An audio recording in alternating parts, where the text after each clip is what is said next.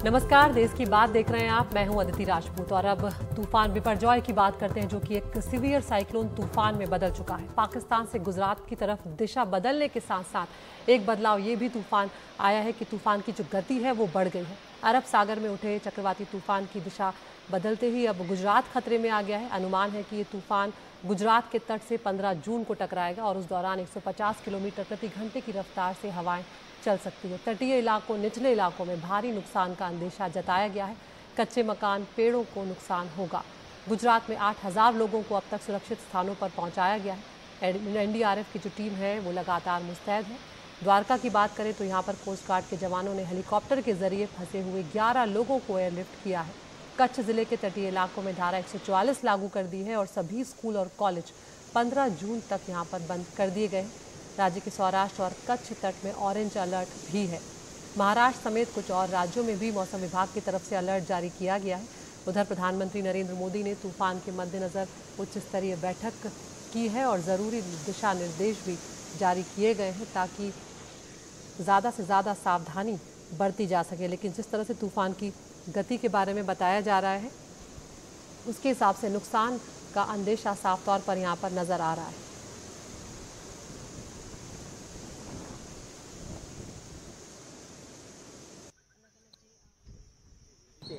अभी स्थिति ऐसी है कि अभी 15 तारीख को तूफान का आगाही बता रहा है, मगर फिर भी स्कूल में सेव किया जा रहा है और फिशिंग सब वगैरह बंद है। ठीक, और सब को खाना बना सब इधर स्कूल में दे जा रहा है। अभी ठीक है सबको। नुकसान तो बहुत हो रहा है, बहुत परेशानी हो रही है, पर मगर अभी 2-3 महीने के लिए स्टॉप किया जा रहा है सीजन को, इसलिए गरीब बस्ती को बहुत तकलीफ हो रहा है। सुनाई दे रहा है कि हवामान आने वाला है, इसलिए सब फिशरमैन सबकी बोटें बंद कर दिए और सब जगह पे सेव कर दिए।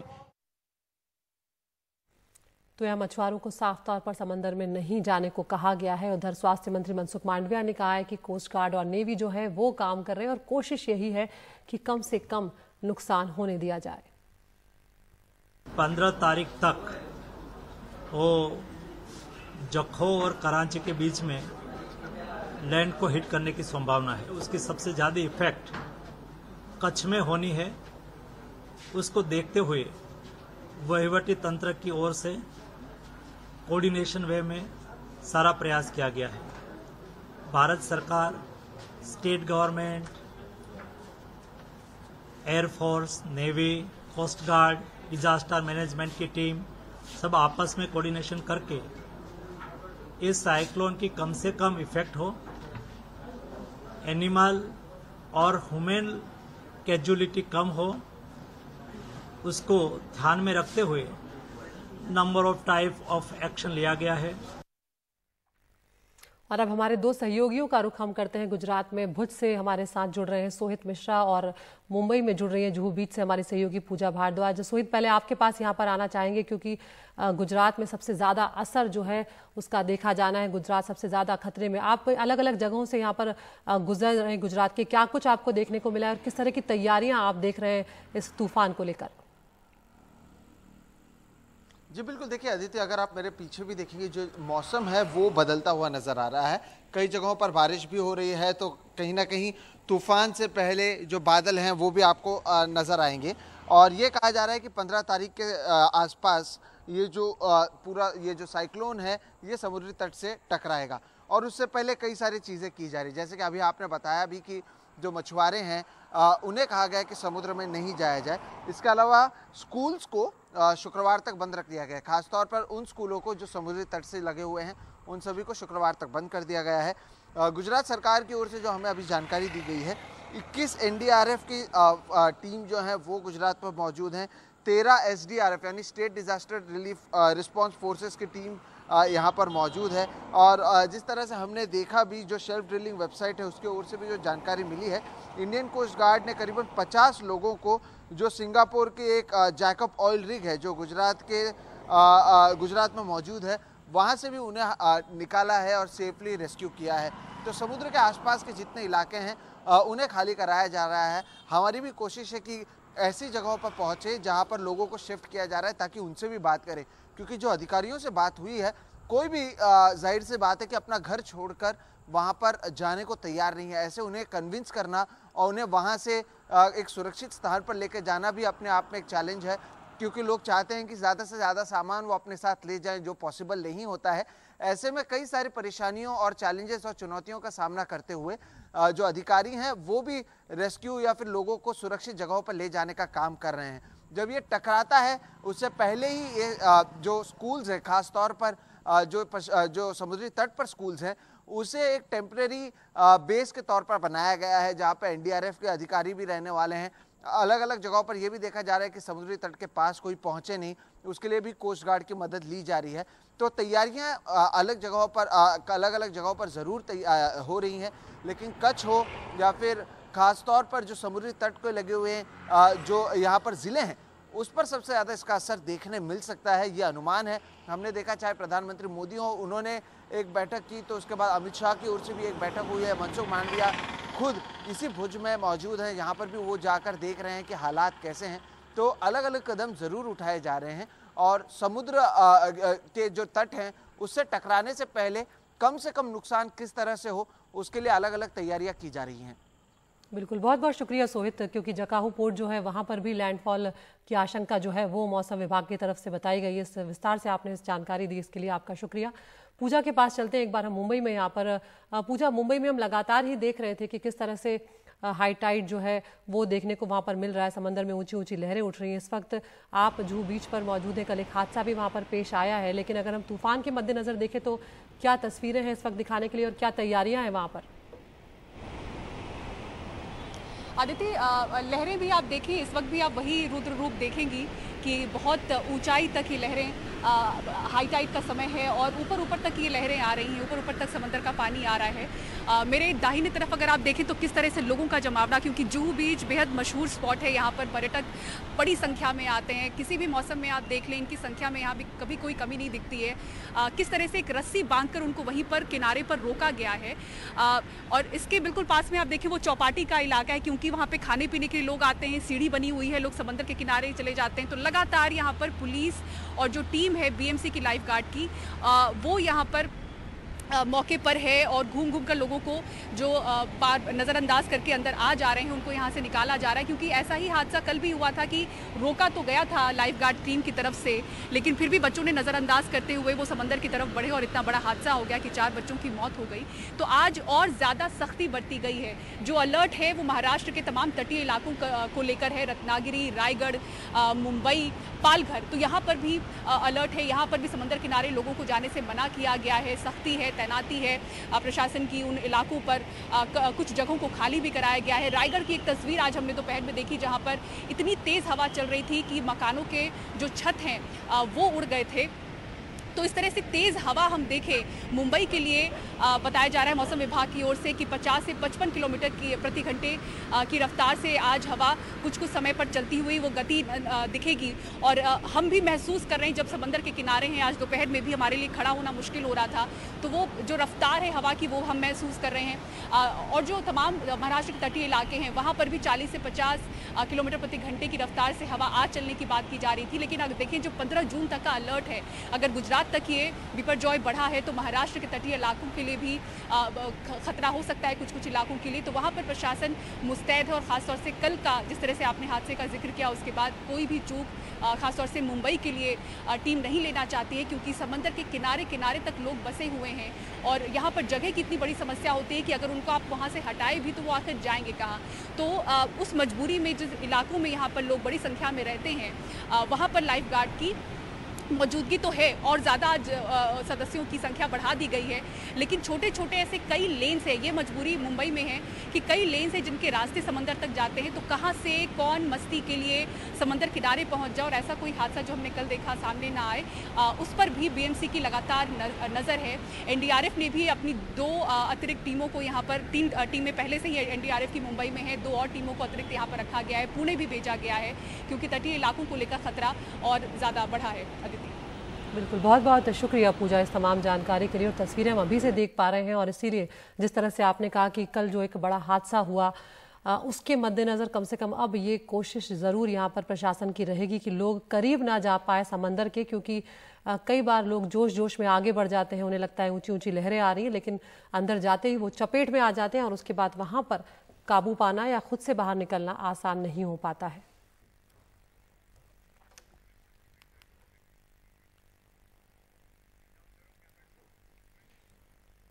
तो ये तस्वीरें आपको दिखा रहे हैं अलग अलग कि किस तरह से ऊंची ऊंची लहरें जो हैं वो उठना शुरू हो गई हैं। महाराष्ट्र के कुछ इलाके भी यहाँ पर प्रभावित होंगे इस तूफान से। गुजरात पर खतरा लगातार बताया जा रहा है और इसके अलावा जकाहू पोर्ट जो है वहाँ पर बताया जा रहा है कि 15 जून को जब ये तूफान तट पर पहुँचेगा तब वहाँ पर लैंडफॉल की आशंका जताई जा रही है और उसी के चलते भारी नुकसान भी यहाँ पर हो सकता है। हिमांशु ने बात की है यहाँ पर मौसम विभाग के डीजी डॉक्टर एम महापात्रा से, वो बातचीत आपको सुनवाते हैं।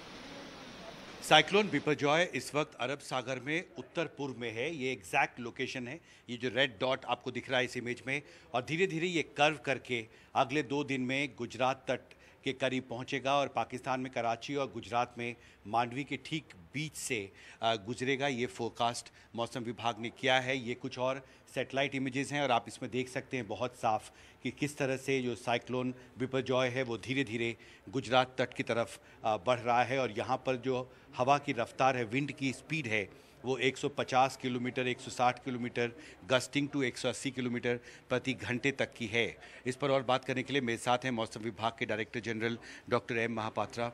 सबसे महत्वपूर्ण सवाल ये है कि इसका लैंडफॉल क्या होगा, पर उसके पहले एक छोटा सवाल आपसे पूछूंगा कि इसकी दिशा बदली है अब तक जो आप फोरकास्ट आपने किया है, क्या अगले 2 दिन में भी इसकी दिशा में कोई बदलाव हो सकता है? ज़रूर, आप देखेंगे इसका जो लाइफ शुरू हुआ 6 तारीख से अभी तक ये 3-4 बार इसका दिशा परिवर्तन हो चुका है। इसको हम बोलते हैं कि रिकर्विंग ट्रैक ऑफ द साइक्लोन।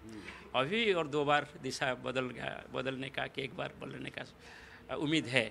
जैसे कि अभी उत्तर पश्चिम दिशा में जा रहे हैं, वो धीरे धीरे उत्तर दिशा होगा, फिर कल सुबह से ये उत्तर पूर्व दिशा में गति करेगा।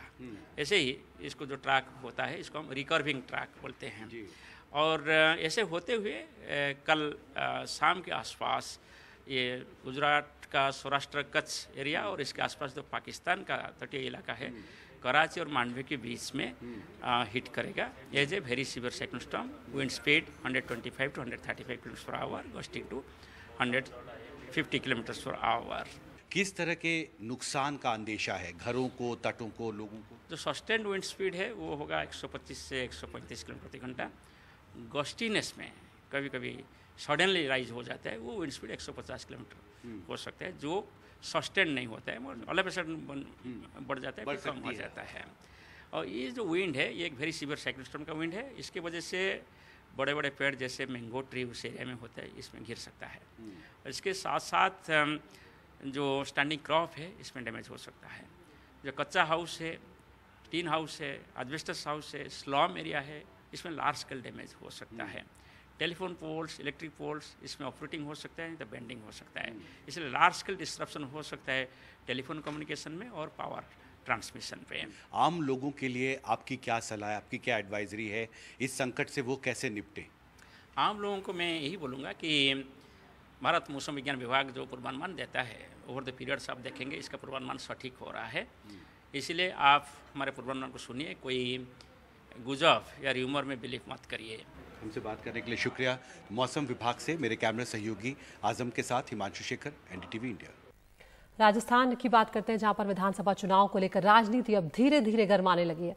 बीजेपी ने आज जयपुर में गहलोत सरकार के खिलाफ विरोध प्रदर्शन किया। पेपर लीक और भ्रष्टाचार समेत कई मुद्दों पर बीजेपी अशोक गहलोत सरकार को लगातार घेर रही है। बीजेपी कार्यकर्ता सचिवालय का घेराव करने सड़कों पर उतरे। इस दौरान पुलिस ने उन्हें रोकने की कोशिश की। बाद में पुलिस ने वाटर कैनन का इस्तेमाल भी किया प्रदर्शनकारियों को रोकने के लिए। तो बड़ी तादाद में यहाँ पर बीजेपी के जो कार्यकर्ता थे वहाँ पहुंचे हुए थे और पुलिस को भीड़ को तितर-बितर करने के लिए पानी की बौछार का इस्तेमाल करना पड़ा है।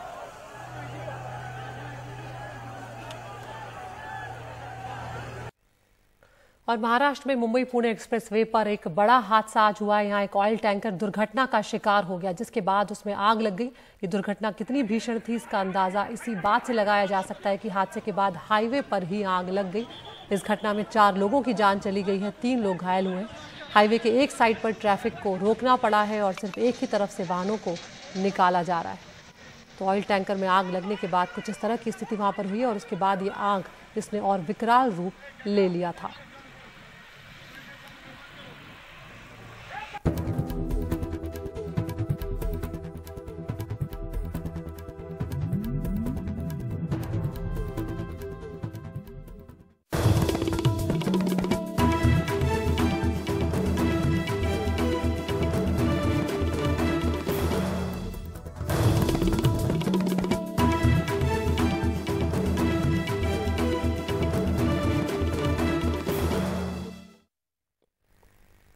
स्कूलों में लड़कियों के ड्रेस कोड में बदलाव आज कर्नाटक में चर्चा का विषय बना हुआ है। कर्नाटक के बाल अधिकार संरक्षण आयोग ने शिक्षा विभाग को पत्र लिखकर सिफारिश की है कि यहां पर स्कूल की छात्राओं को स्कर्ट की जगह सलवार, जंपर और पैंट ड्रेस के तौर पर पहनने की इजाजत दी जाए। सरकार का कहना है कि रिपोर्ट की जांच कर छात्रों के हितों में फैसला लिया जाएगा। निहाल किदवई की रिपोर्ट।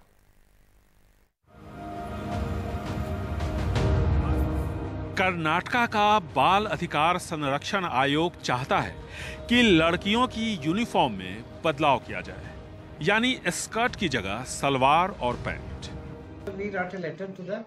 हमने शिक्षा सचिव को लिखा है, वो इस पर विचार कर रहे हैं। हमारी सलाह है स्कर्ट की जगह सलवार सूट और पैंट को तरजीह दी जाए। आयोग के मुताबिक राज्य में अलग अलग जगहों पर छात्राओं और अभिभावकों से बातचीत के बाद जो इनपुट मिला उससे पता चला कि खासकर मिडिल और हाई स्कूल की लड़कियां स्कर्ट पसंद नहीं करती। गुलबर्गा के महिला और बाल विकास विभाग के उप निदेशक ने भी स्कर्ट की जगह सलवार और पैंट की वकालत की है। हमारे पास ये रिपोर्ट आई है, पर मैंने ये रिपोर्ट अभी तक देखी नहीं है। मुझे लगता है ये एक संवेदनशील मामला है, तो पहले मुझे रिपोर्ट देख लेने दीजिए और फिर हम छात्रों के हित में जो भी बेहतर होगा वो ही फैसला लेंगे। कर्नाटका एजुकेशन एक्ट 1983 शिक्षा संस्थानों को ड्रेस कोड तय करने की इजाजत देता है। ऐसे में शिक्षा संस्थानों को आयोग की सिफारिश पर ऐतराज है। उन्हें लगता है कि आयोग ने शैक्षिक संस्थानों को भरोसे में नहीं लिया। हमने शिक्षा आयुक्त से बात की है, उन्होंने हमें भरोसा दिलाया है। यह सिर्फ रिकमेंडेशन है, कानून नहीं। ड्रेस कोड को लेकर ही कर्नाटका में हिजाब विवाद की शुरुआत हुई थी और इस पर जमकर राजनीति भी हुई। ऐसे में कांग्रेस की सिद्धरामैया सरकार ड्रेस कोड में बदलाव को लेकर जल्दबाजी में नहीं है। वो फिलहाल अपने 5 चुनावी वादों को पूरा करने की जद्दोजहद में उलझी है। बेंगलुरु से कैमरामैन गोविंद मूर्ति के साथ निहाल किदवई, एनडीटीवी इंडिया।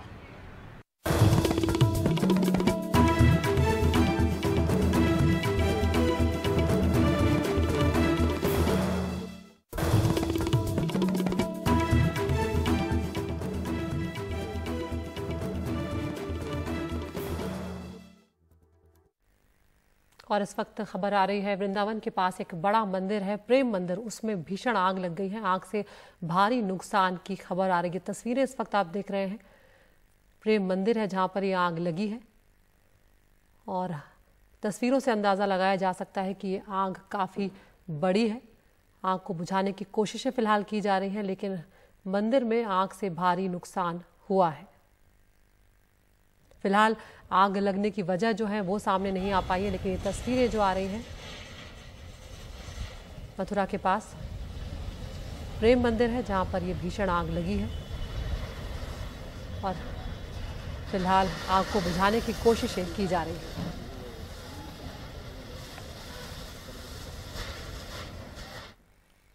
और अब भोपाल की बात करते हैं जहां पर सतपुड़ा भवन में लगी आग पर करीब 14 घंटे के बाद काबू पा लिया गया, लेकिन अब इस पर राजनीति शुरू हो गई है। आग लगने के बाद विपक्ष ने सरकार पर आरोप लगाया है। मध्य प्रदेश कांग्रेस के अध्यक्ष कमलनाथ ने आग लगने की घटना की स्वतंत्र एजेंसी से जांच कराने की मांग की है। उनका कहना है कि आग में करीब 12,000 सरकारी फाइलें खाक हो गई हैं और वहीं सरकार का कहना है कि सभी फाइलें हार्ड डिस्क और पेन ड्राइव में सुरक्षित हैं। थोड़ी मेहनत लगेगी लेकिन सभी फाइलें मिल जाएंगी। इधर इस मसले पर आज मुख्यमंत्री शिवराज सिंह चौहान ने एक समीक्षा बैठक भी की है। मुख्यमंत्री ने जांच के लिए 4 सदस्यों की कमेटी का गठन कर दिया है।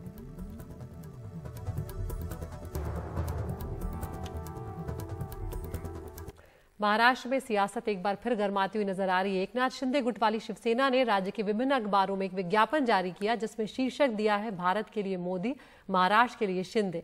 इसमें छपे सर्वे में सीएम एकनाथ शिंदे को भाजपा के देवेंद्र फडणवीस से अधिक तरजीह दी गई है। विपक्ष ने सर्वे की खिल्ली उड़ाई है और सवाल उठ रहे हैं कि क्या ये फडणवीस शिंदे गठबंधन में दरार के संकेत तो नहीं है। एक रिपोर्ट आपको दिखाते हैं। राष्ट्र में मोदी, महाराष्ट्र में शिंदे। महाराष्ट्र के प्रमुख अखबारों के पहले पेज पर शिवसेना के इस विज्ञापन ने राज्य की सियासत में हलचल मचा दी है। एक सर्वे के आधार पर मुख्यमंत्री एकनाथ शिंदे की शिवसेना का एक विज्ञापन प्रकाशित हुआ है, जिसमें दावा किया गया है कि एकनाथ शिंदे महाराष्ट्र के सबसे लोकप्रिय मुख्यमंत्री हैं। विपक्ष ने इस सर्वे की खिल्ली उड़ाई है और सवाल उठ रहे हैं कि क्या फडणवीस को साइडलाइन करने की कोशिश है। अब सर्वे कहाँ से किया? क्या मुख्यमंत्री के सरकारी आवास में सर्वे किया है सिर्फ, या गुजरात में जाकर सर्वे किया है, मुझे मालूम नहीं। लेकिन इतनी बड़ी कैंपेन है, आप अपने आप को शिवसेना के मुख्यमंत्री समझते हो या बोलते हो, लेकिन बाला साहब ठाकरे का उस एडवर्टाइजमेंट में कहा जिक्र तक नहीं, फोटो तक नहीं है, सिर्फ मोदी और शिंदे जी का फोटो। इसका मतलब ये है जो शिवसेना चल रही है वो बाला साहब ठाकरे जी की शिवसेना नहीं है, ये अमित शाह और मोदी जी की शिवसेना। आज ये साफ हो गया। देवेंद्र जी, हमारी आपकी राजनीतिक लड़ाई जरूर है, लेकिन हमें दुख हो रहा है ये सब देख के कि आपने 2019 में ये कहा था कि कोई 2.5 साल की बात नहीं हुई थी, मैं पूरा 5 साल मुख्यमंत्री बने रहना चाहता हूं।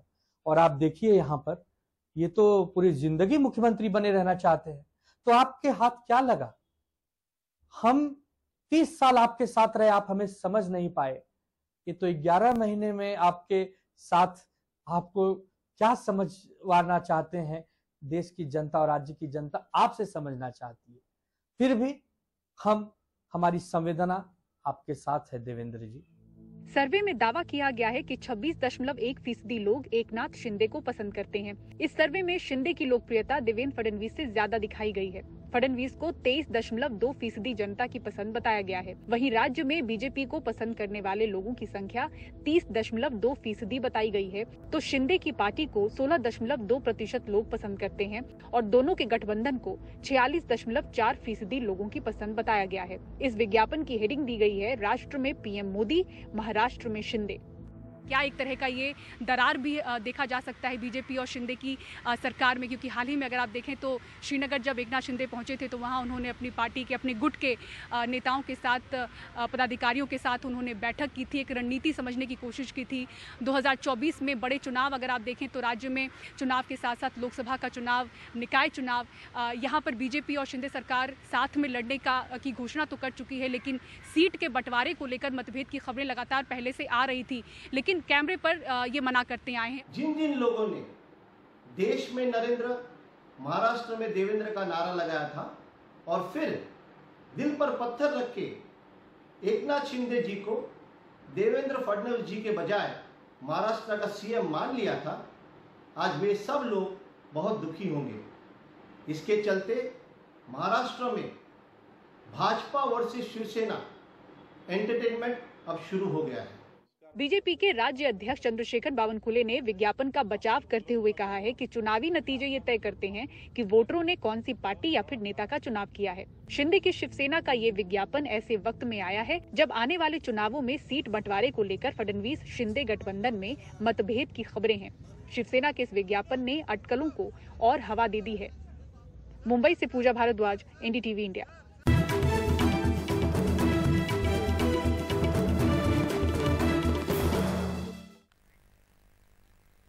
राजस्थान के बाड़मेर से तस्वीरें आई जहां पर 51 ट्रैक्टरों पर एक बारात निकली, जिसकी तस्वीरें अब वायरल हो रही हैं।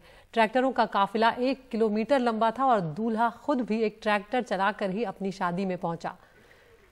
इन ट्रैक्टरों पर तकरीबन 200 बाराती थे और इस तरह से जब बारात निकली तो 1 किलोमीटर लंबा ये काफिला था और दूल्हा खुद भी ट्रैक्टर चलाता हुआ नजर आया। करीब 15 किलोमीटर का सफर इन ट्रैक्टरों ने तय किया। दूल्हे के पिता ने कहा कि मेरी बारात एक ट्रैक्टर पर निकली थी और इसीलिए मैं अपनी बेटे की बारात 51 ट्रैक्टरों पर निकाल रहा हूं। और जब ये बारात लड़की वालों के गांव में पहुंची तो एक बार में इतनी संख्या में ट्रैक्टर देखकर वहां पर भी लोग हैरान रह गए।